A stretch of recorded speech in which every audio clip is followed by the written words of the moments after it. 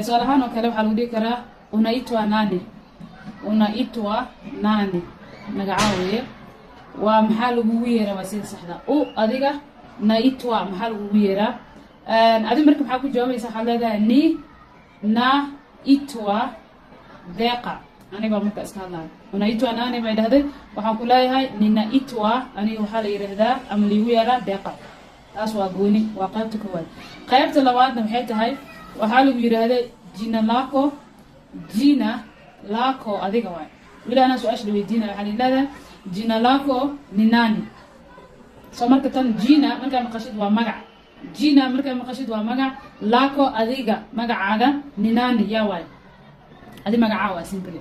adi magacaa markii lagu dhaha adi markii jawaabta bixinaysa waxay tahay jina langu, jina langu aniga magaceyga ni deeqa.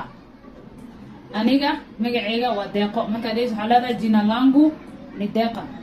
jina magaci, langu oo aniga leeyahay, langu waxayga waaye, aniga magaceyga ni waxaa weeye deeqa, jina langu ni deeqa. intaas marka waxaa weeye magacaa waa oo laba qaybood aan dhahnay. qaybta koowaad waxaa dhahnay unaitwa nani, ulitoka wapi. ulitoka wapi markii lagu yiraahdo xagee ka timid waay. ulitoka wapi. wapi mar walba waxaan dhahaa ardayda u sheegaa waa eray su-aal weydiin ah, wuxuuna la mid yahay xagee. wapi xagee. ulitoka wapi xagee ka timid. walaasha mar hore waqti hore xagee ka timid. ana kale waxaa leeyahay nilitoka Mandera. Mandera ka imid. adi haddaa Soomaaliya ka timid waxaa leedahay nilitoka Soomaaliya. waa kugu weydiinaya su-aasha waa inaad la socotaa. li waa waqtigii lasoo dhaafay oo mar hore ah. tokana waa ficilkii oo ah xagee ka timid. where are you from. ulitoka wapi xagee ka timid. soo marka waxaad ku jawaabaysaa ni aniga li waqti waa kusoo celinaysaa waqti hore. nilitoka Soomaaliya waa da Soomaaliya ka timid. of course waxaa markaa baranaysid wadanka cusubta Soomaaliya ka timaaday. nilitoka Soomaaliya leeda.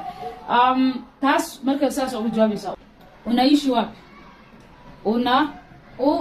unaishi wapi xageed ku nooshahay. xageed ku nooshahay waay adaa la weydiinaya. so mar walba waa qofka ku hortaagan oo su-aasha la weydiinaya waay.